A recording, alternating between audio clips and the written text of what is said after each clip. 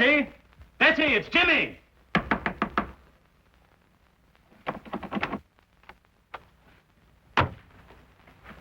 Mr. Durham, something's happened to Betty. Force the door open.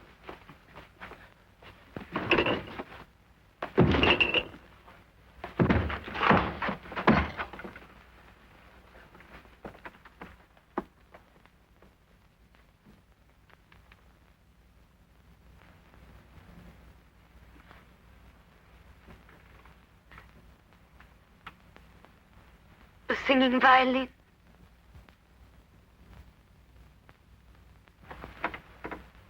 Betty, darling. The singing violin.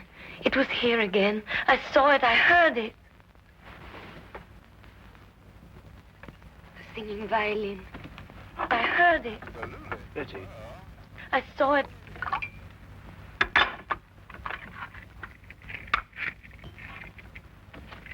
Give her one of these. It's the sedative Dr. Marino left for her.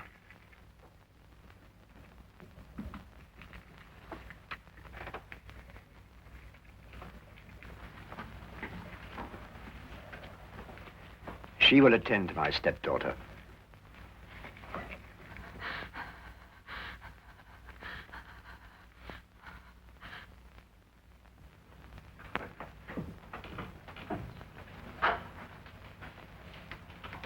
Perhaps you wondered, Willand, why I invited you to my home as my weekend guest. I thought our coming marriage, Betty's and mine, had something to do with it, sir. No. I wanted you to see for yourself why that marriage can never take place. I don't understand, sir. Are you blind, Willand? After what you've just witnessed, don't you realize that my stepdaughter is losing her mind? She never told me. Naturally. Dancing skeletons, headless men, and tonight, a singing violin. Surely, sir, it must be merely her imagination. Nightmares. But she insists the things that she sees are real. Positive proof of incipient dementia precox. I regret to have to tell you this, my boy. My doctor informs me that in a matter of weeks, if not days, Betty must be certified as hopelessly mad.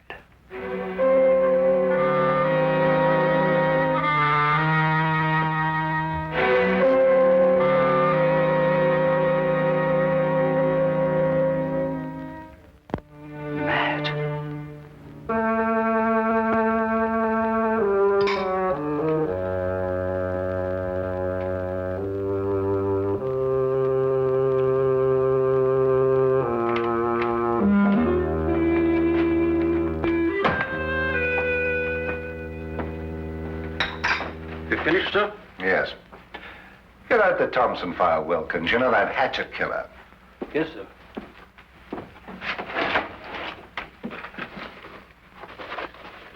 Mr. Holmes did a neat bit of work on that case, don't you think, sir?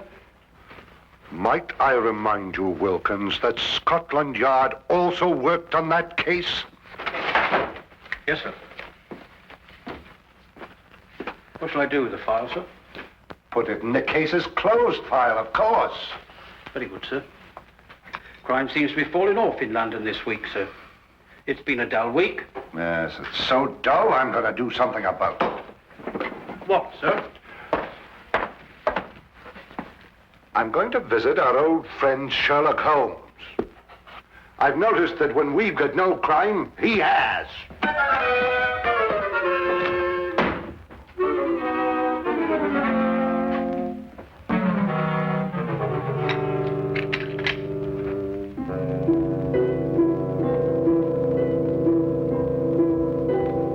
A beautiful girl having hallucinations. A worried housekeeper. An austere stepfather. A heartbroken boy. A gloomy old house in a quiet section of London.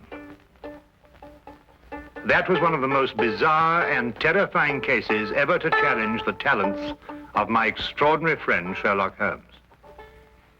We were plunged into it one drowsy day in mid-September when murder, sudden and brutal, came calling. What was that? Sounds like a shot from the street.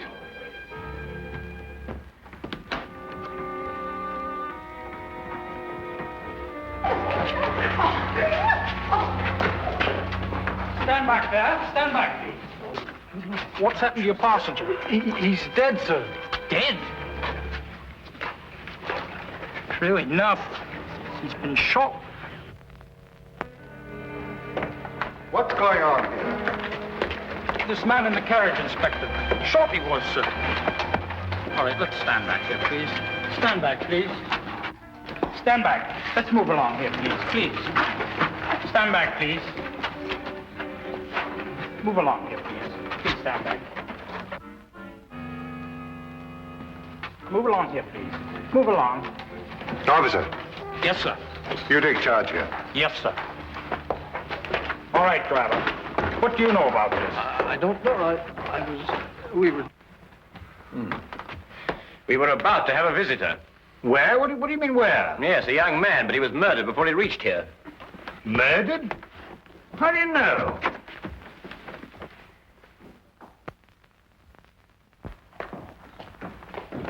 Let's move along, please. Move along. It's all over. Move along, please.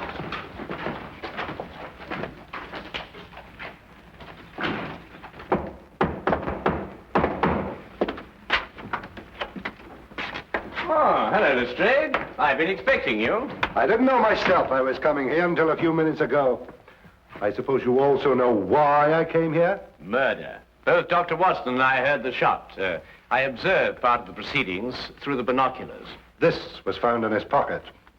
Sherlock Holmes, 221B Baker Street. He was obviously employed by a tea and spice merchant. The aroma is unmistakable, eh, Watson? Oh, unmistakable. The boy's wallet gave us some further information. His name was James Winant. He lived at number 5 Crestwood Place. He was employed by Stackhurst and Durham, tea and spice merchants. Stackhurst. Stackhurst. Does the name mean something to you, Holmes? Well, it should. Stackhurst and Durham appears in almost every tin of tea sold in England. What was young Winant's business with you, Holmes? Winant. Durham. Ah. I've never heard of Winant before. Were you able to ascertain anything from the cabby? No, one of the passers-by heard him say, "The singing violin." The singing violin? No, that can't mean anything, I'm sure. Can't mean anything, Lestrade. Well, now, of course not. Get your hat, Watson. Well, where are we going, Holmes? To interview the murderer of Jimmy Winant, of course. You mean to say you know who killed him? Of course I do. Don't you?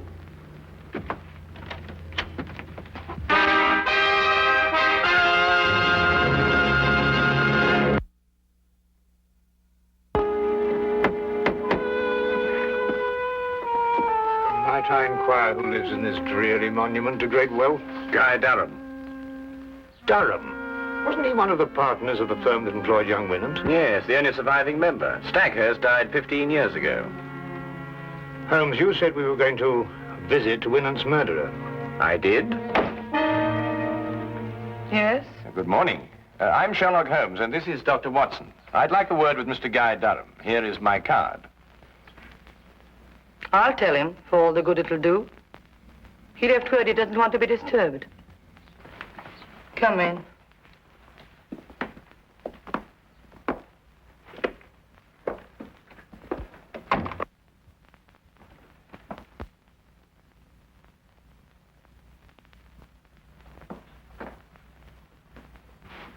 Oh, permit me, madam, to congratulate you on your new position.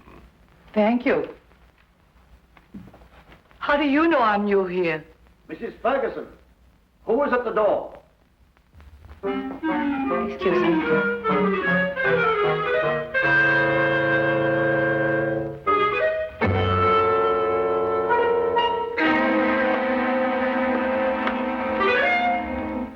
How did you know? Well, she was unfamiliar with the position of the curtain cord. She obviously hasn't been employed here very long. Oh, obviously. I'm sorry, sir, but Mr. Durham can't... What is the meaning of this? I'm sorry, sir. They pushed in before I could stop them. I must apologize for this intrusion, Mr. Durham, but it's imperative that I speak to you. Oh, very well. As long as you're here, what do you want? I take it you are Sherlock Holmes. At your service, sir. And this is my friend and colleague, Dr. Watson. Pleasure, sir. How do you do? Sit down. I regret to say that I am the bearer of bad tidings, Mr. Durham. Your prospective son-in-law was murdered not 2 hours ago. What? Winant murdered? But, Holmes... The engagement announcement of Miss Betty Durham and Mr. James Winant was published in the Times not 2 days ago. Mr. James Winant was on his way to see me when he was ambushed and shot. But what did he want to see you about? Don't you know Mr. Durham? No.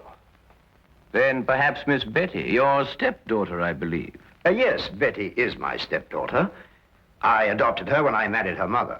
Well, perhaps she might be able to provide some information. I am sorry. I'm afraid I cannot allow you to see her. She has been in a highly overwrought frame of mind of late.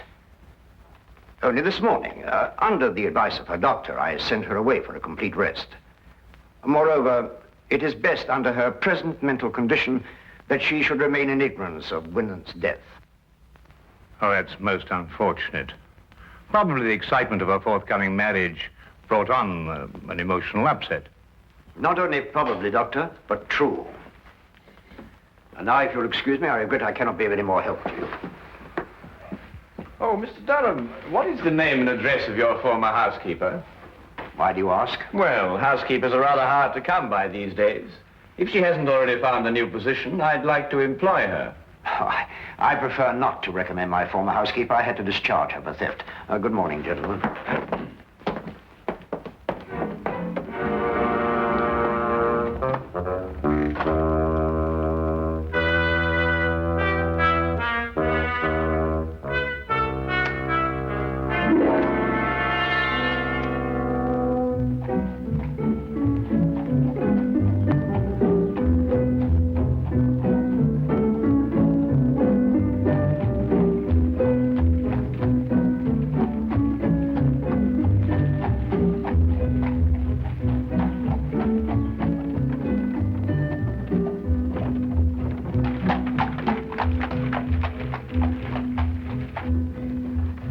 You believe Durham is the murderer, Holmes? Yes.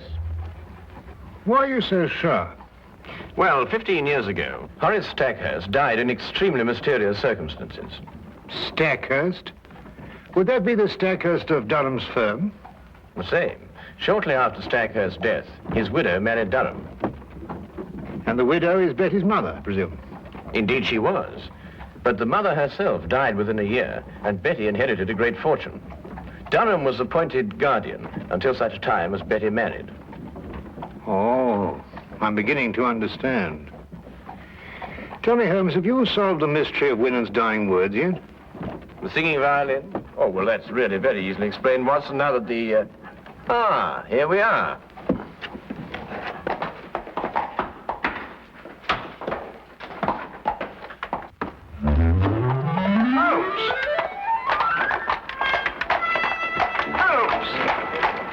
It was just like Holmes to leave me in the middle of an unfinished explanation, bursting with curiosity. But there was nothing I could do about it except wait for his return. I waited up for him until midnight, finally retired without seeing him. And when I awakened the next morning, he was already gone. I didn't see him again until shortly before 10 o'clock.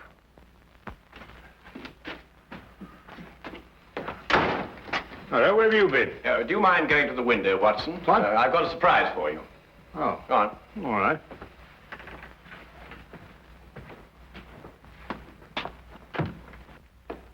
No, not yet, Watson. Now, turn around.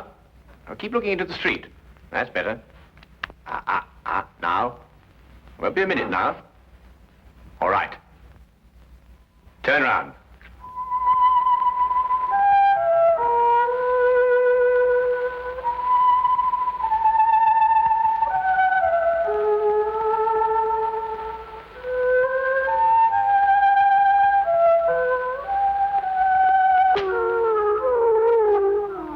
Well, what? A singing violin.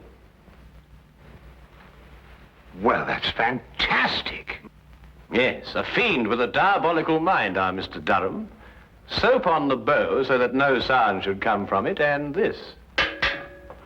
Come along, Watson. Where to? To complete a plan which this time only you can effect. Oh, really? After you.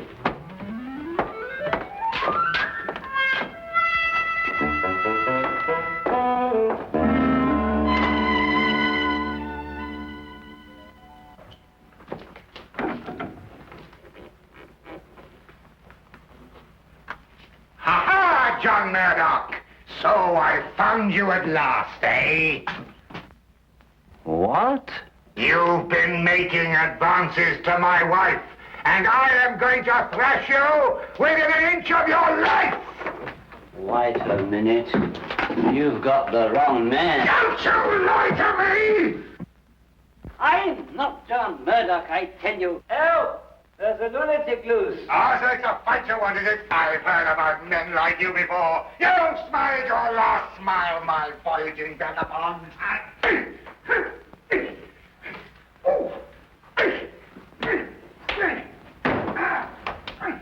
My answer is final, Durham. I didn't mind certifying your stepdaughter as insane, but I draw the line at murder. If you want her killed, do it yourself. Very well, Marino. I will. But you will have to sign the death certificate. That I'll do. An overdose of morphia would be the best way. I'll prepare a hypodermic for you. She's under sedation now, and shouldn't give you any trouble. What room is she in? Number 4. Marino, help! Something's happening out there. Let it wait. Give me the hypodermic.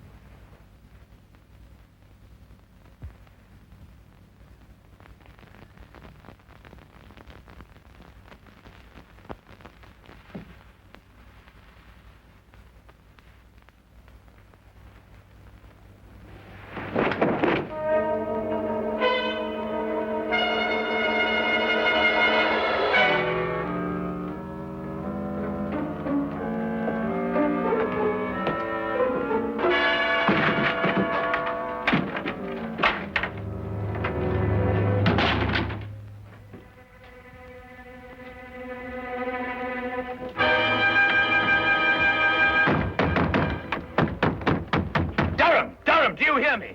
Don't dare touch that girl. Don't you dare touch her. Or by all I hold sacred, I'll kill you. Durham, do you hear me? Durham! Durham!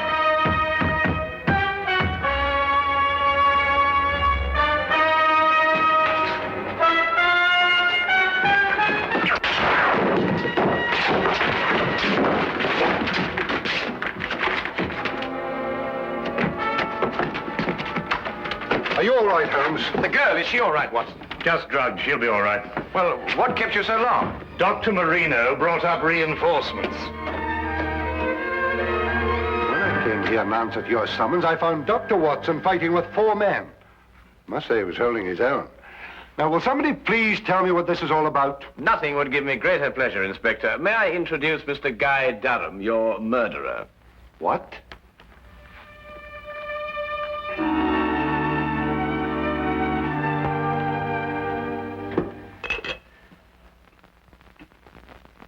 Well, of course, Watson. I knew Betty was in danger when Durham mentioned Marino. I met him before and knew he wasn't a doctor, but a charlatan. Tell me, Watson, how did Betty take the news of Jimmy's death? It came as a terrible shock to her, I'm afraid. Poor girl broke down completely. Well, she's young. She'll recover. And youth has a way of overcoming tragedy.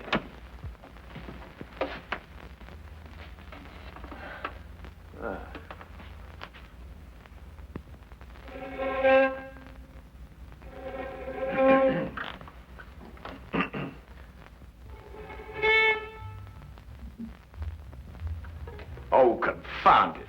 I completely forgot that I soaped this bow. It'll be days before I can play again. Really? A wonderful invention, soap. Has so many uses.